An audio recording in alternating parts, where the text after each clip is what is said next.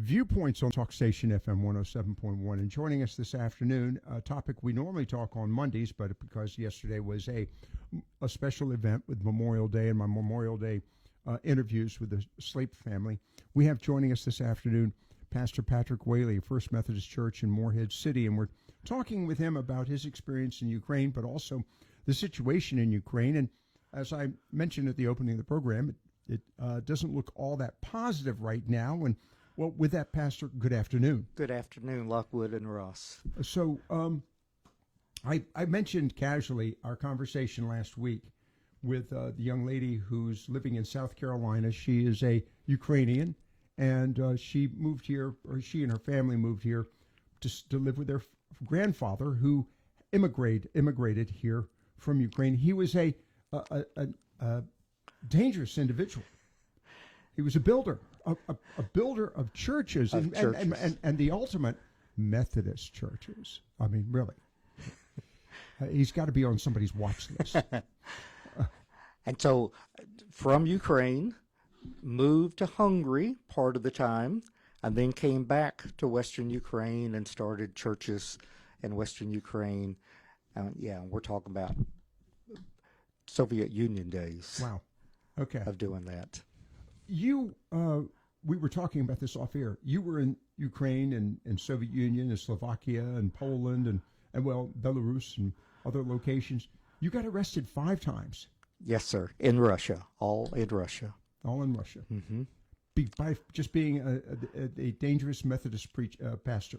Correct. Thinking that I was somebody that I wasn't, but being watched closely. One of those was in Kaliningrad.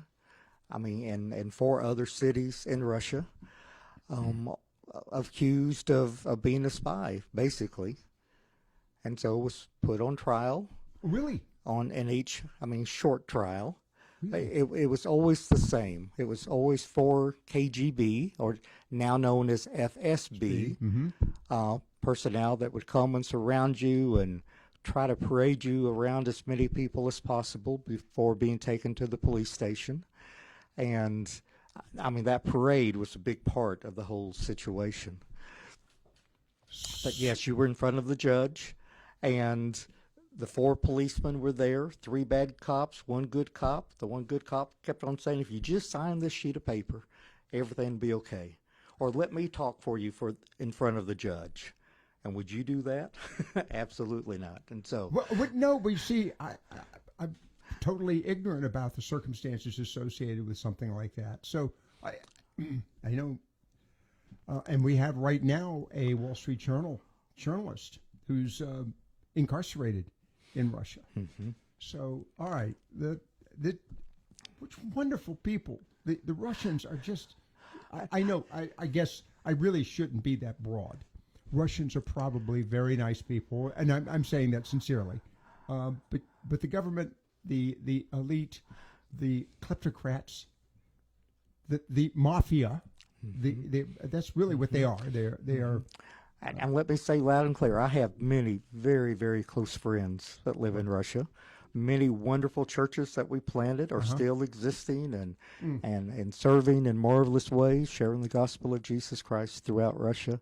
So I have lots of wonderful things to say. But the government is something different that the Russian people have learned to live with, and that I learned to live with. All right. We're talking about the situation now, of course, in Ukraine. And, of course, I say last night, actually probably 2 days ago, due to time changes and so forth, there was an attack in Russia, theoretically a drone attack that began or was initiated in Ukraine by Ukrainians.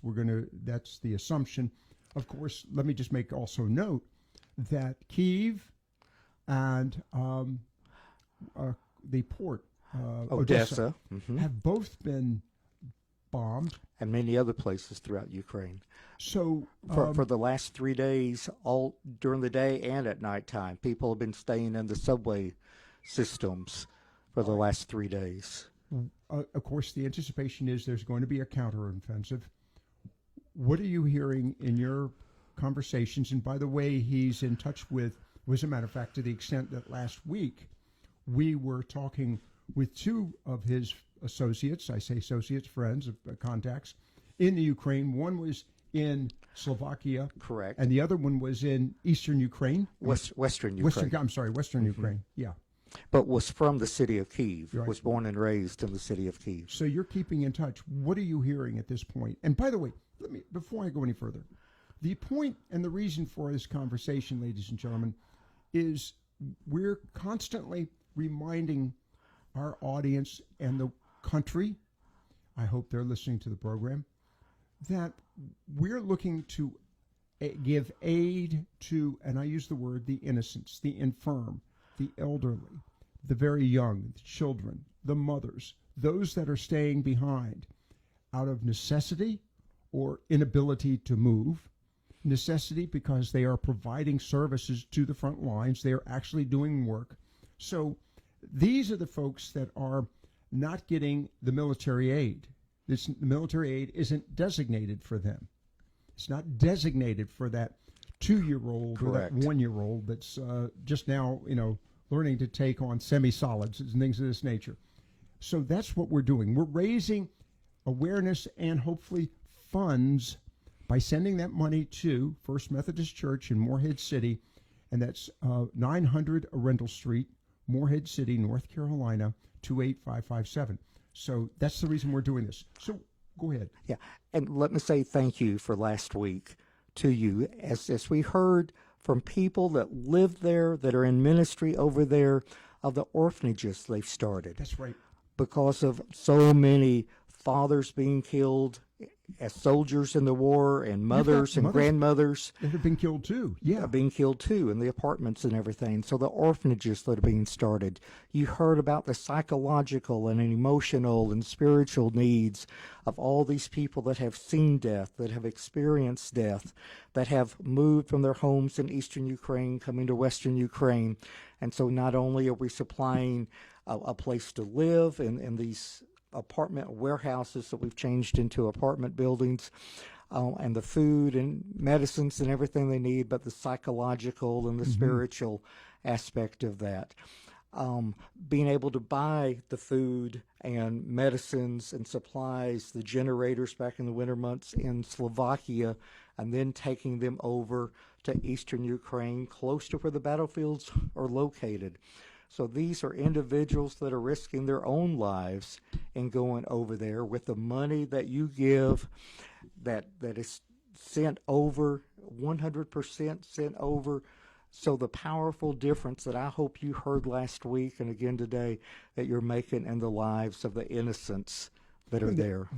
And by the way, 2 things. One, recovery will be that much faster if the people in Ukraine, not the Ukraine, in Ukraine, are capable of mobilizing once the Russian onslaught has stopped and they've been removed. That's important. We've got to look beyond today and anything that we can do to assist recovery quickly. And so anything that we provide today, in reality, is, if you will, is providing the probability and the possibility for quicker recovery come the eventual departure of Russia. So what are you hearing now? What you heard, you mentioned a few moments ago, the various military strikes, I guess they're rocket strikes in Ukraine. From Iran.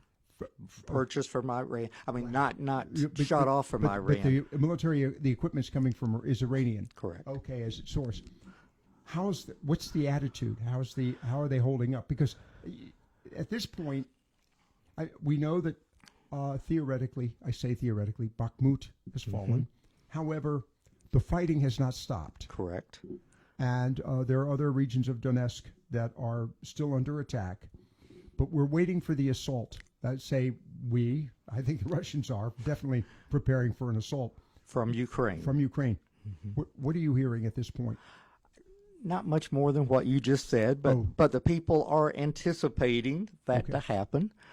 People are thinking that's why for the last 3 days and nights the onslaught of the bombs and everything hitting Kyiv And truly, many people are staying in the subway systems like they did at the beginning of the war. You told me, and am I correct? Was it Odessa that you said that you felt that Russia would be very cautious about? Correct. Why? That's historic Russia. Now, don't think long term. Remember, Kyiv was a city much, much longer, 700 years longer than what Russia's been a country, and before Moscow was founded. Kyiv celebrated this last week, and it was on Sunday, so it's when all these bombings started happening. 1,500, and Really? I want to say 14 years of being a city. I'm thinking there's some houses that could be plaqued, and I say that with a little tongue in cheek. Yeah, wow. And so that's when the bombing started. Was on Kyiv Day, which was important. And so Odessa was, during the Romanovs' time period, was a place for vacations, just like Crimea. And so there's big, beautiful theaters. There's homes of Peter the Great and others in Crimea, and also in Odessa. Odessa's gorgeous. I'm going to lay claim to being ignorant. Maybe many in the audience here at the talk station are already aware of this. We know very little about Ukraine, and of course, it's a culture. It was a center of culture, historic center for Russia for almost 500 years or thereabouts. Correct. And so, it's really kind of frightening that this could all be destroyed. And is there fear that this is on? That's certainly every Ukrainian's thought of what Russia wants to do. It's just to wipe out the Ukrainian culture, wipe out the Ukrainian people, and let it go back to the days of the Soviet Union and Russia. Now, in doing some research and talking with folks when they mentioned the orphanages and orphans last week, I've been told that more than 700,000 children and youth have been taken to Russia from Mariupol and these other cities that Russia has taken over, bombed and taken over. And I've asked that question several times, but it keeps on saying 700,000. I don't know if that means 70,000, but a very, very large number of children and youth that have been taken mostly to Siberia.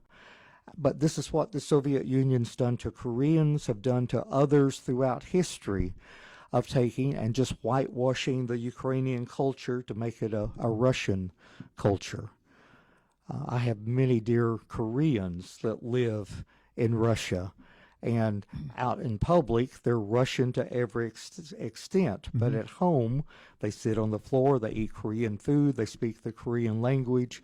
But Russia's tried all these years since World War II to wipe out the Korean aspect. This is the reason why we do this every week, and we'll be wrapping it up with Pastor Patrick Whaley. We'll probably next week do an interview with maybe someone else from Ukraine. Okay. We'll talk about that. We can do that. But this is an important story, Pastor. We have an opportunity, and we're not talking about, and I know that you have received some sizable contributions. Yes, sir. We're not talking about large contributions, ladies and gentlemen. Any amount will do. And by the way, literally, if you'll write on that check, and please write it through as a check, to First Methodist Church in Morehead City, 900 Arundel Street, Morehead City, North Carolina, 28557. If you $1, $10 more if you so desire, if you will write that check and put on the line, the purpose line, Ukraine, 100% of that money goes to Ukraine. They're using, and I want to give credit to First Citizens Bank, which is seeing to the transfer from the American dollar to, I guess, what's the currency there in the Ukraine? Is it ruble or? No, it's the hryvnia. Hryvnia. Mm-hmm. Okay, so it's transferred from the dollar to the hryvnia with all of the associated expenses because you've got transfer fees, etc. The First Citizens Bank is covering every bit of that. Being borne by First Citizens Bank. Yes, sir. And then as we wow. get it to eastern Ukraine, it's the Ukrainian banking system that's not charging anything. So they can send the money through their banking system to Kharkiv, to other cities in eastern Ukraine that's been on the news all the time and bombed so much. And they've got ATM machines. And so as long as that ATM machine's got electricity to it, our pastors and friends throughout the country can pull that money out. I want to thank you, Pastor. I really do. And I want to thank all of you who have made contributions and been so generous. Thank you very much for doing that. And I know that we'll be continuing this conversation, sadly, unfortunately, for weeks to come. We pray only weeks to come. So with that, Pastor, thank you very much for being with us. Thank you, Lockwood and our Ross. pleasure and our station. honor. Viewpoints on the Talk Station.